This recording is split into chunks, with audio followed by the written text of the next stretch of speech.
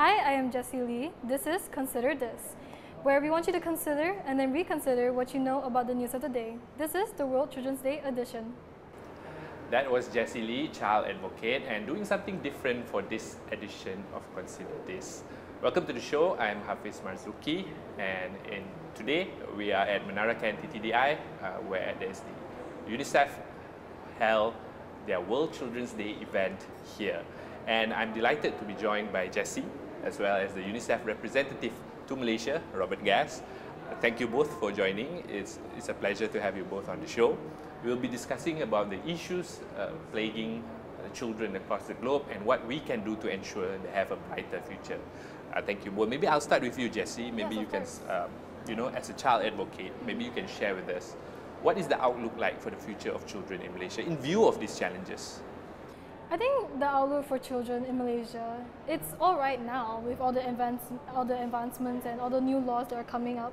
But because of the new technology, all the new innovations being made, I'm afraid that the future children of Malaysia won't have the correct skills to be equipped to be used to these technologies or any of these new innovations, which might affect the way they grow up or how they survive in this real world. Yeah, very interesting challenges, Robert. If we were to look at the State of World Children's Report 2024, apparently it's the future of childhood hangs in the balance. What's your take in all this? Why is this a pivotal moment, and what can we do to ensure the children's future? Well, thanks very much, Hafiz. I think a very good question is that we really are at a critical juncture right now, and I think that there are so many new developments taking place in the world right now that really could tilt the future of children one way or another. And I think that the decisions that are taken today by decision makers, by young people, and by others across the globe will have a critical determination as to what childhood will look like. Whether we will continue to have a childhood or whether we will face a different reality. Let me stop there for a minute. Well, UNICEF is celebrating 70 years anniversary. What can the organization learn from the experience, especially in Malaysia, in terms of advancing children's rights in this country in particular? Yeah, great. I think that the situation of children has changed quite dramatically, and UNICEF has tried to change along with that. When UNICEF started working in Malaysia 70 years ago, it was really much more of a relief-oriented approach. It was soon after World War II. Many parts of the world, including here in Malaysia, were facing a lot of economic inequalities, economic challenges. Many children and their families were going hungry. And so what UNICEF really was doing at that period of time was providing more relief, and relief in terms of food items, relief in terms of milk for children so that they would be able to grow and develop.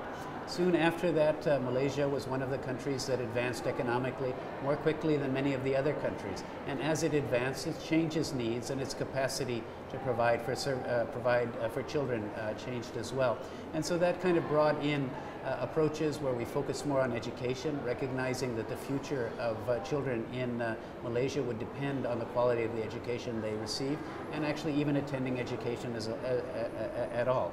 And so compulsory education was introduced. That was something that UNICEF helped support, also improving some of the pedagogical methods, but also in other areas as well, in terms of health, for example, by introducing some basic interventions which are simple, cost-effective, and easy to implement at scale. So, for example, the use of growth monitoring, and by measuring mid-upper arm circumference to sort of see whether a child is malnourished or underweight, providing immunizations. Immunizations are the most cost-effective intervention for public health that you can have in terms of providing preventable diseases.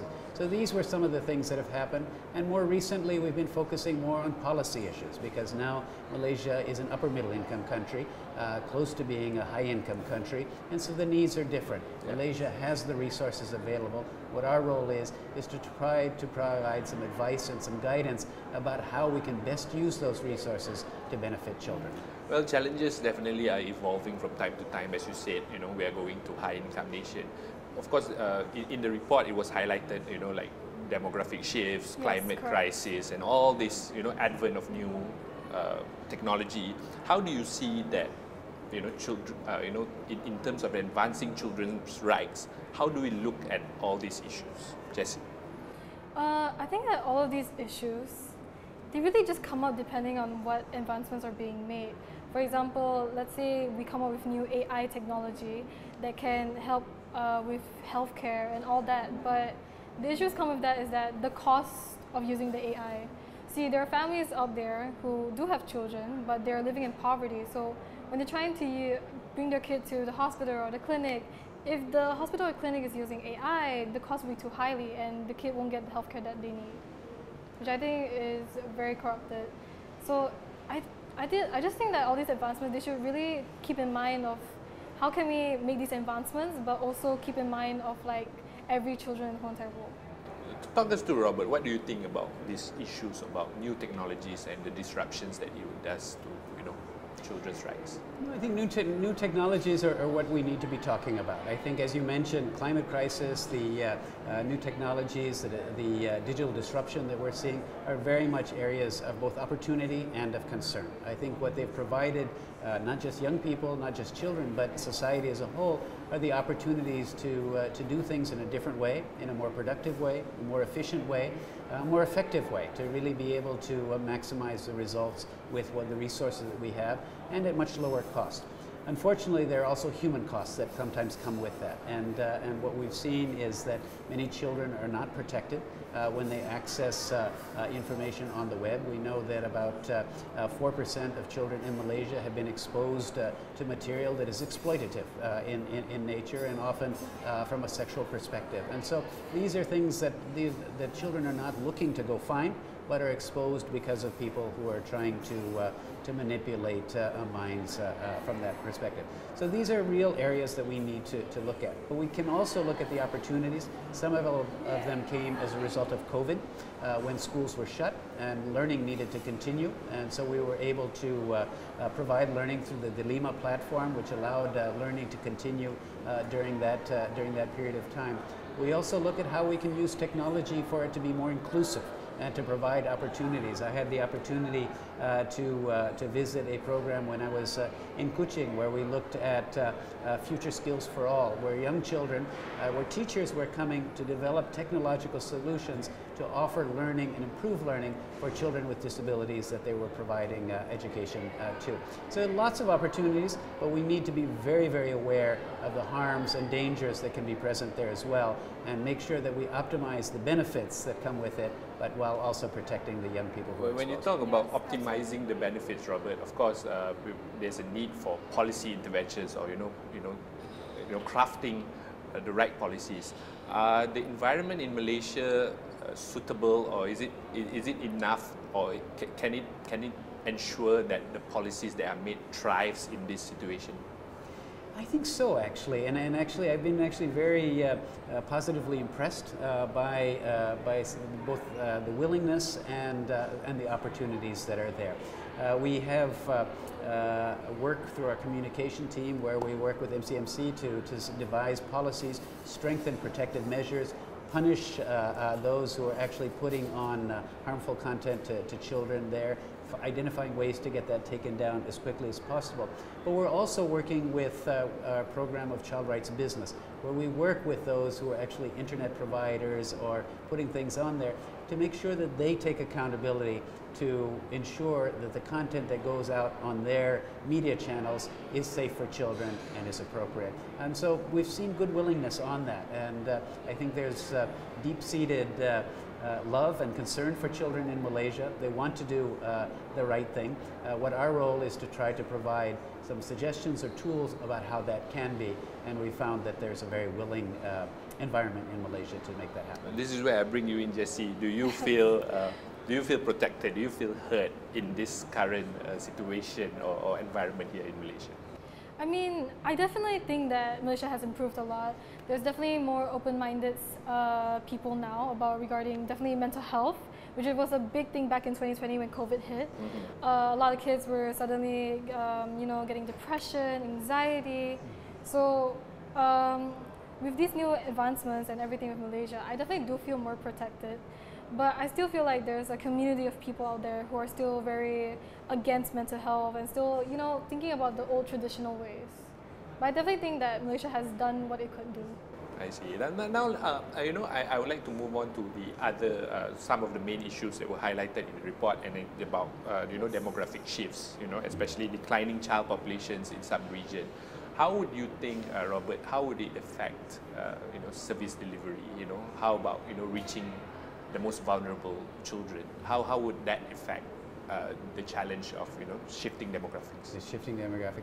The shifting demographics, I think, particularly for this part of the world, is a real concern and a reality, because we are finding that we're finding declining birth rates. We're finding so there are fewer children, and the population is increasingly aging. We're finding a complete shift in terms of those who were providing support and care vis-a-vis those who were receiving care and support, right? And so before that, there was a large base at the bottom that was contributing to providing services for a fairly small proportion of the elderly. Now that triangle has been shifted, right? And so we're having a declining population that is young, caring for a much larger population. With that comes, obviously, as within any interest group, more attention and focus on the elderly, which we should do. We should care for all of our citizens. But what it sometimes means is that there have to be financial choices. And sometimes those financial choices mean that investments in social services for children, whether it's in terms of education, immunization, other forms of health care, protective services such as social workers, are minimized, right? Because more is being put to address the needs of the elderly. And that's where UNICEF's role comes in, is to continue to focus on the needs of children, point out that we need to prioritize and invest in children, not just for the elderly for today, but for those young people when they become older. Because we need to have a society that is independent, that is resourced, and is going to be able to care and provide for their own health care, their own needs as they get older, because there's going to be a much, much smaller youth population or young population to do that as we move in the future. So we do need to continue to invest in children, in the services, and we have to be particularly mindful of those who are in more remote and rural communities, because often those are the ones that where the services tend to get cut first. As you know, Robert, you know, the resources are getting, you know, tighter and stricter. You know, you're talking about investments, right? How do we speak to the governments of the world, including governments in Malaysia, in terms of this is the right investment to go? How do we convince? What's the storytelling? You know, what's the narrative here? What do we sell to governments around the world in order to prioritize this particular issue? Yeah. Well, there are two different ways, I think, to do that. I think one is to actually, you have to speak money to politics, right? And you have to sort of provide an economic rationale. And what we've sort of seen, for example, there was the Nobel Prize winner who who looked at the economic returns of providing early childhood education, early childhood development. And basically found out that this is one of the most significant returns to your money. So for every 1 ringgit that you invested in early childhood education, you would have returns to society 7-fold. There are very few things that will give you a rate of return. I mean, if you were able to have an economic portfolio that gave you 7 times return on the money you invested, you have to go all in, thrilled, right? But that normally does not happen. So one is to kind of continue to provide the evidence that we need to do that. But secondly, we need to do it right? And I think that Malaysia has been generous in terms of its allocation to budgets like education, but the returns have not always been seen because we're not doing the fiscal analysis where we talk about public finance for children, and where you actually look at, this is the money that you start with, what's happening with that? So if you start with 100 million ringgit or whatever that amount is that's allocated in Putrajaya for education, how much of that goes to the state? Once it gets to the state, how much of that goes down to the local localities? Of that amount, how much goes for building schools? How much of that goes for teacher training? How much of that goes for all of these areas? And only by looking at that at a much more granular level are you able to sort of see whether you're getting impacts. What we're seeing right now is that even though there's a very significant contribution to the education budget, that we're not seeing the rates of return in terms of education quality that we used to see in Malaysia before. And so that, I think, are the two ways to do it. One is to show the returns on investment, but secondly, to have that granular data to sort of see how money is being allocated and whether you're getting returns from the individual So more monitoring required. As a child advocate, Jessie, maybe what would you like? What would you prefer the government or the people in power to do when it comes to the rights of children? What do you think they should prioritize? What's your point of view? I feel like the whole reason I started advocacy is because ever since I was a child, my opinions or my thoughts or even my own feelings weren't being heard out because adults tend to think that they know more or they're just more intellectual than us, which I think is the main thing that the government and just adults in general should be taking account of. Is you need to pay attention to what the kid actually thinks, what their opinion is, and how they actually feel. Because like we said, the topic was the future. So these children will be our future, but if you're not going to listen to their opinions or their emotions or how they're feeling or their thoughts or their new ideas that could actually help Malaysia, then how can you really say that you want a better future if you don't even want to help the ones who are going to be our future? Now I'll move on to the climate risk. As you know, I wouldn't say it's a climate crisis. There's the word that's been bandied about. You've just right now COP29 is happening. So how do we look at this particular issue? Because there's a whole generation of people unaware about the risks and the issue of climate. How do we approach this particular issue in terms of ensuring all our future generation are climate resilient? Maybe Robert, you can start first. Now, we are facing a climate crisis, and I think that it's identified as the #1 priority for young people. When you ask people, not just in Malaysia, but anywhere in the world, what they are most concerned about, they will say climate. So my daughter will say to me, and every young person that I speak to basically will come up with that same answer. I think that the impacts that we see are very, very significant. I had the opportunity to go to visit some schools in Terengganu where the flood levels were over 2 meters high. Yeah. And every time that happens, the schools get filled with mud. Schools are closed for 3 weeks, 4 weeks at a time. They're not added on at the end of the school year. And so basically that means that these kids are losing out on education. I know what that means in terms of when I was a young person and missed out on some education. In some other areas, I never caught up again, right? And so this is sort of something that children are facing as we move forward in the area of education. Obviously, whenever there are floods also, children often have to walk through waters that are not clean because we've had sewage systems that have overflowed with the water. And you have various different waterborne diseases, worms and different things like that, which affect children's health, which are not necessary, but because of climate change and increased rainfall, that this is happening. So you have health impacts, you have education impacts as well. You also have in terms of air pollution, and a lot of that is for those that are contributing to climate change is also impacting the quality of the air. And we have over 8 million children per year that have their health impacted. We know that children's lungs are much smaller, and so the particles, when they go into their lungs, have a much more significant impact than they do if you or I breathe this quality air. So it's a very, very significant issue.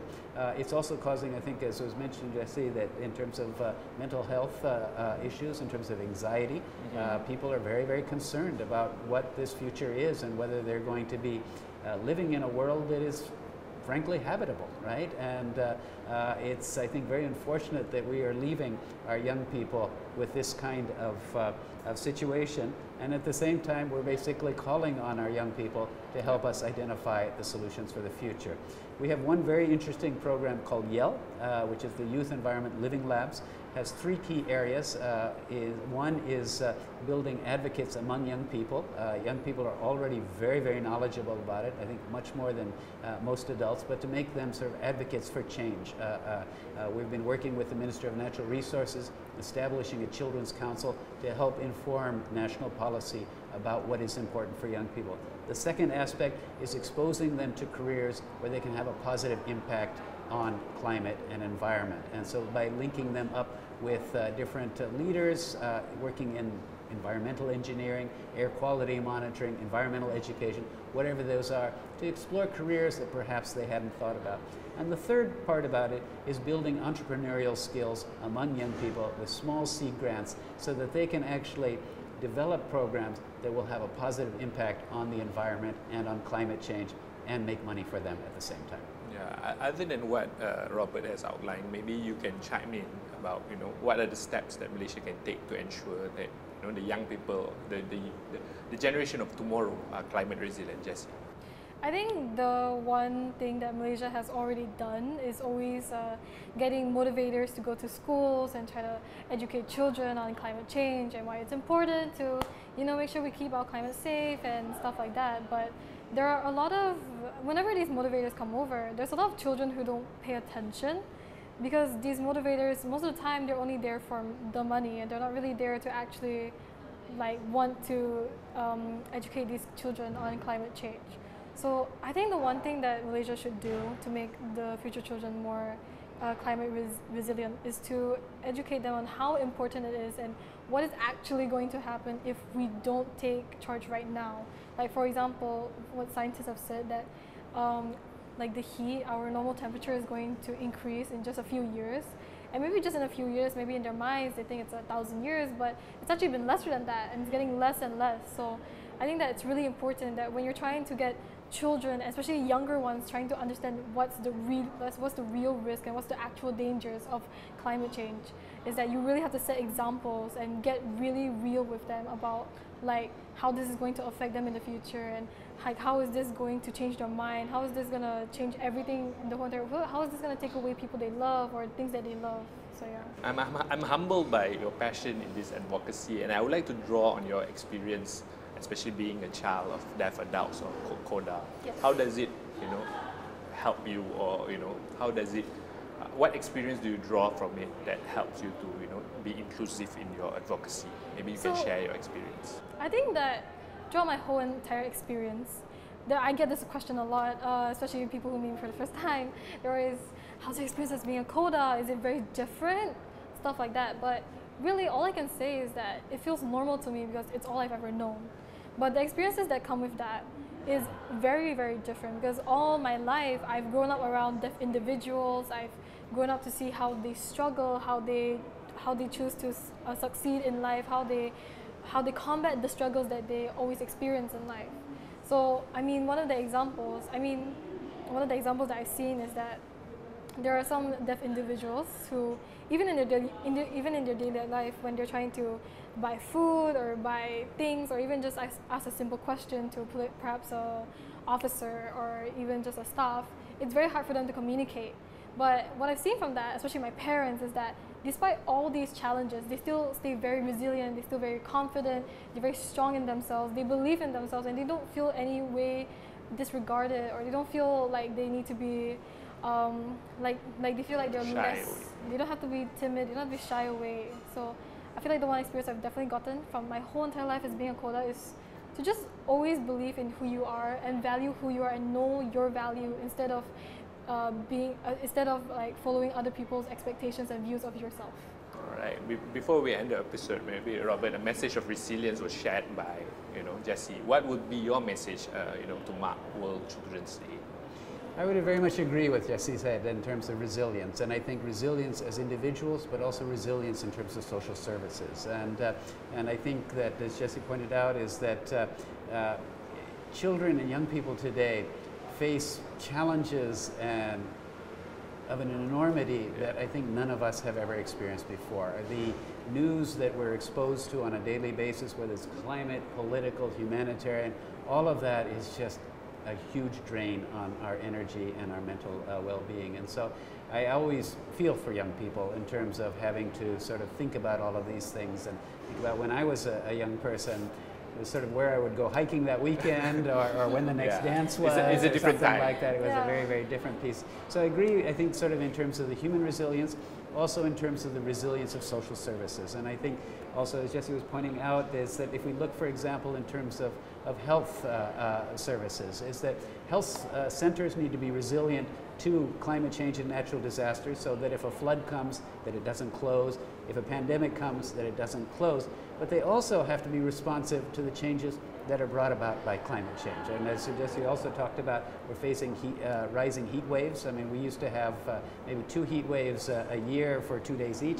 Now we have about 8 heat waves a day at 5 days each, right? And so the impacts on people's health, particularly young people, babies, and expectant mothers, is enormous. And so we need to be able to have health centers and health center staff trained in these changes that are taking place as well. So I think resilience is an important piece. Climate is definitely something that we need to do. I'm confident that with young people, with their energy, enthusiasm, skills, and knowledge, that we have a brighter future ahead, and that's what I'm looking forward to. On that note, thank you very much, Robert and Jessie, for joining us in this special episode. That's all we have for this edition of Consider This. I'm Hafiz Marzukhi. Thanks for watching. Good night.